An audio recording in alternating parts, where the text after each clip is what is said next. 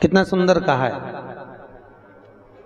जिस व्यक्ति को ब्लड प्रेशर की बीमारी रहती हो, ऊपर नीचे ब्लड प्रेशर होता रहता हो, तकलीफ भोग रहे हो, बहुत कष्ट में हो, बार बार पसीना आ जाए शरीर पर, कुछ ना करिए, एक लोटा पानी भरो, 7 पत्ती नीम की डाल लो। काय की डालना? नीम, कड़वी नीम, मीठी नीम नहीं, कड़वी नीम। 7 पत्ती नीम की डाल लो और 7 उसमें बेलपत्र डाल लो।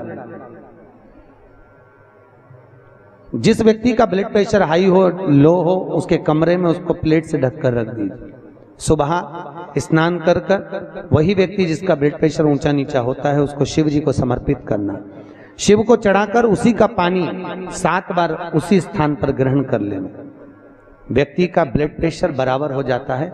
मात्र लगभग अगर सोमवार कर रहे हो तो 11 सोमवार करो, प्रतिदिन नियम से कर रहे हो तो 15 दिन कर लो, उसमें बराबर। फिर कभी जिंदगी में ब्लड प्रेशर की बीमारी चली ही जाती है, कोई दिक्कत नहीं है, करिए। जैसे घुटने का रोग वाला व्यक्ति, ये जितनी माताएं ऊपर बैठी हैं इनको घुटने में तकलीफ होगी इसलिए बैठी।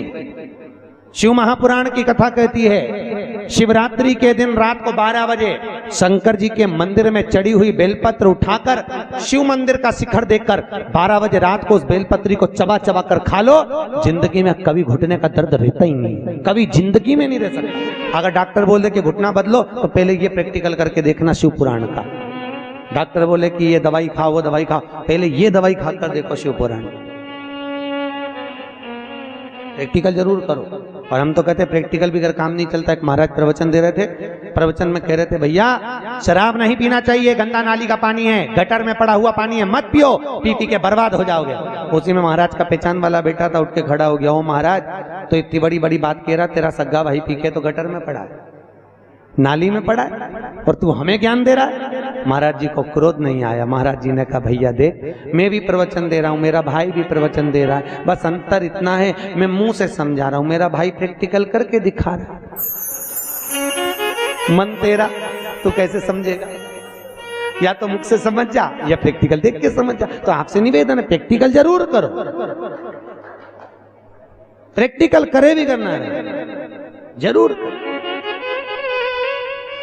ये भान होना चाहिए, कहीं हो सके सियोर वाला महाराज झूठ तो नहीं बोल रहा। इसलिए शिवरात्रि के दिन, मुख्य शिवरात्रि के दिन रात को 12 बजे शंकर पे चढ़ी हुई बेलपत्र जिस शंकर के मंदिर की उठाओगे उसी शंकर मंदिर का शिखर देखकर चबा चबा कर खाइए। कभी जिंदगी में घुटने का रोग नहीं हो सकता, जिंदगी भर। पर इसका मतलब नहीं है कि तुम्हारे घुटने चालू हो जाए तो तुम शॉपिंग मॉल में ही बैठी रहो।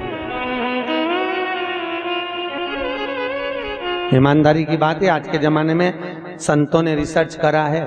क्या रिसर्च करा?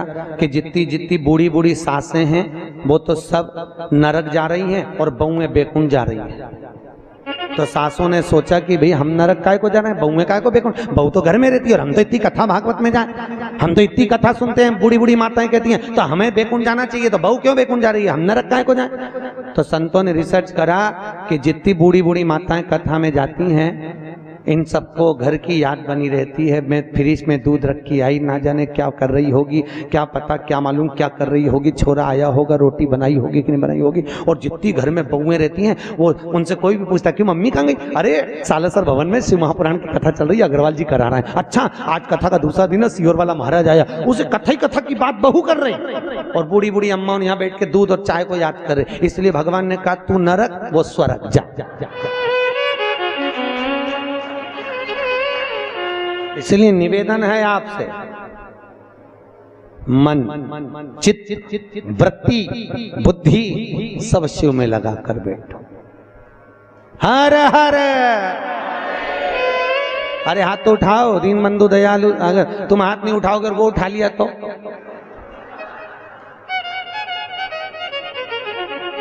उठाओ जम के, हर हर। बहुत बढ़िया। हम नहीं उठाएगा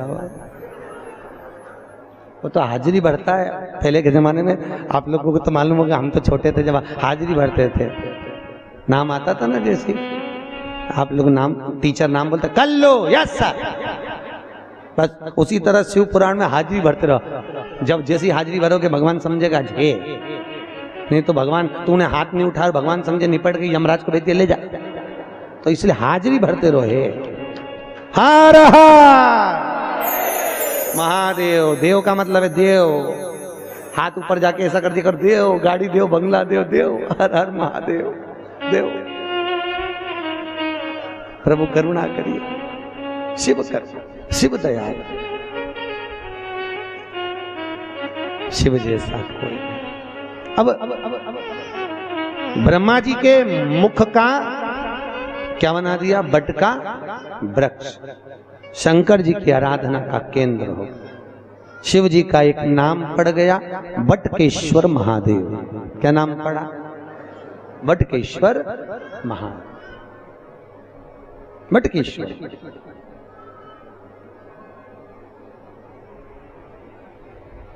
बटकेश्वर महादेव, शास्त्र कहता है जिस व्यक्ति को जीवन में कोई चर्म रोग हो गया हो, चमड़ी का कोई रोग हो गया हो, गाय की गोबरी, गोबरी जानते हो? अलूनी गोबरी। अलूनी गोबरी का मतलब एक कंडा अलग बात है, उसको थाप थाप के बनाते हैं गोबरी को। एक होती है गाय ने पोटा करा, पोटा करा वो सूख गया, ऐसे किसी सूखा सुखाया पोटा लेकर आओ, उसको कंडे को जलाओ, जलाकर उसकी राख तैयार करो। राख को सफेद रुमाल में रखकर सोमवार के दिन बिना किसी से बोले शंकर जी के मंदिर में जाकर उस राख को, उस भस्मी को शिव को समर्पित करो। चढ़ाने के बाद उस भस्मी को वापिस उतार लो। उतार कर जब हम स्नान करें 5 दिन लगातार उस भस्मी को पानी में डालकर स्नान करना चालू कर दो, चर्म का सारा रोग समाप्त हो जाता है। डॉक्टर की जरूरत ही नहीं पड़ती चर्म रोग से। भस्मी यहाँ कई माताएं जो लिंगायत संप्रदाय से हैं वो सिर पे भस्म धारण करती है। बस कई पुरुष लोग भस्म धारण करते। फिर वही बात आ गई, अकाल मृत्यु वो मरे जो काम करे चंडाल का, काल उसका क्या बिगाड़े जो भक्त हो महाकाल का। शिव रोग से मुक्त आरोग्यता देते हैं। मेरे भगवान शंकर आरोग्यता प्रदान कर, रोग से मुक्ति। त्र्यंबकम यजामहे सुगंधिम पुष्टिवर्धनम। भगवान रोग से मुक्त कर। समय आया, आगे जो वर्णन आया भगवान शंकर के नयन अश्रु से रुद्राक्ष का वृक्ष उत्पन्न हुआ। क्या उत्पन्न हुआ? रुद्राक्ष। और रुद्राक्ष का वृक्ष भगवान शिव के नयन अश्रु से प्रकट होता है। एक मुखी से लेकर 14 मुखी तक रुद्राक्ष होगा। गले में पहनते हैं, आप लोग धारण करते होंगे। कई लोग तुलसी की माला पहनते हैं, कई लोग रुद्राक्ष की माला पहनते हैं। ध्यान दीजिए, ये तुलसी और रुद्राक्ष क्यों पहना जाता है? जैसे घर में जो मंदिर बनाया जाता है घर के अंदर, उसमें शिखर नहीं होना चाहिए।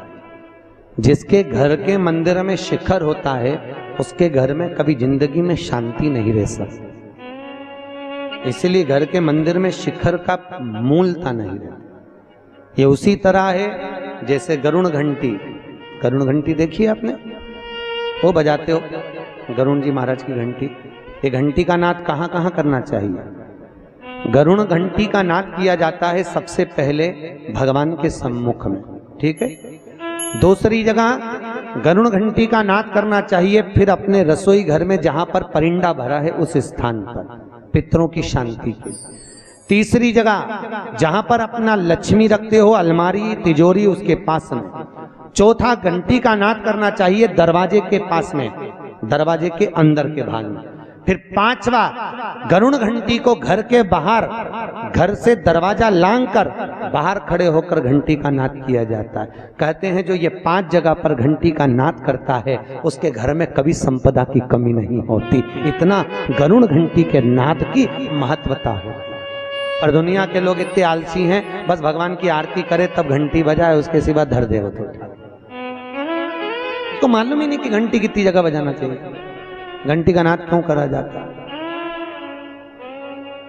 गरुड़ घंटी को जैसे घर में रखा हुआ शंख अगर खाली है तो तो हमारे घर में रखा हुआ शंख अगर खाली रहेगा तो लक्ष्मी आएगी और जाएगी, लक्ष्मी टिकेगी नहीं। इसलिए घर में जिसके घर में छोटा सा भी शंख हो तो उसमें कटोरी में रखकर या कोई स्थान पर कलश पे रखकर उसमें पानी भरना चाहिए। अगर शंख में पानी नहीं है तो घर में लक्ष्मी नहीं, शंख कभी खाली नहीं।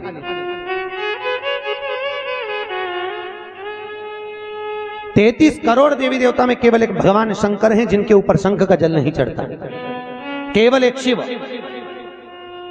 शंकर के ऊपर शंख का जल नहीं चढ़ता, क्योंकि शंकाचूर राक्षस को भगवान शिव ने मारा था और शंकाचूर राक्षस की हड्डी से शंख जाति का निर्माण हुआ था। इसलिए शंख का जल शिव जी पे नहीं चढ़ता। शास्त्र कहता है जो भूल से भी शंख का जल शंकर को समर्पित कर देता है 1000 ब्राह्मण की हत्या के बराबर उसको दोष लग जाता है। इसलिए शंख का जल शंकर को समर्पित नहीं। जिस व्यक्ति को नलियां चौक हो गई हों, डॉक्टर ने बोला बाईपास कराना पड़ेगा, उसको कुछ नहीं करना चाहिए। 7 बेर, बेर जानते हो क्या बोलते हैं यहाँ पर? बेर बोलते हैं। 7 बेर प्रत्येक शिवरात्रि को शंकर जी के ऊपर समर्पित करना चालू कर दो। 7 बेर, जिंदगी में कभी बाईपास कराने की जरूरत नहीं पड़ेगी, केवल 7 बेर। उसमें से 1 बेर 7 बेर चढ़ाओ, 1 बेर उठा के लाओ और वो व्यक्ति को खिला दो जिसको बाईपास के लिए डॉक्टर ने बोला। फिर दूसरी बार चेक करवाना, वो खुद कह देगा कि बाईपास की जरूरत ही नहीं है, नाड़ियां क्लीन है एकदम, अटैक की बीमारी नहीं होती, हार्ट अटैक नहीं आता उस व्यक्ति को जिसने प्रत्येक हर महीने की शिवरात्रि पर 7 बेर शिव को समर्पित करना चालू कर दिया। उसको कभी अटैक नहीं आ सकता, हार्ट अटैक की बीमारी नहीं। हमारा शिव दयालु। अगर आप लोगों को यह वीडियो पसंद आया होगा तो लाइक करिएगा, शेयर करिएगा। मेरे चैनल में नए होंगे तो मेरे चैनल को सब्सक्राइब करिएगा। हर हर महादेव।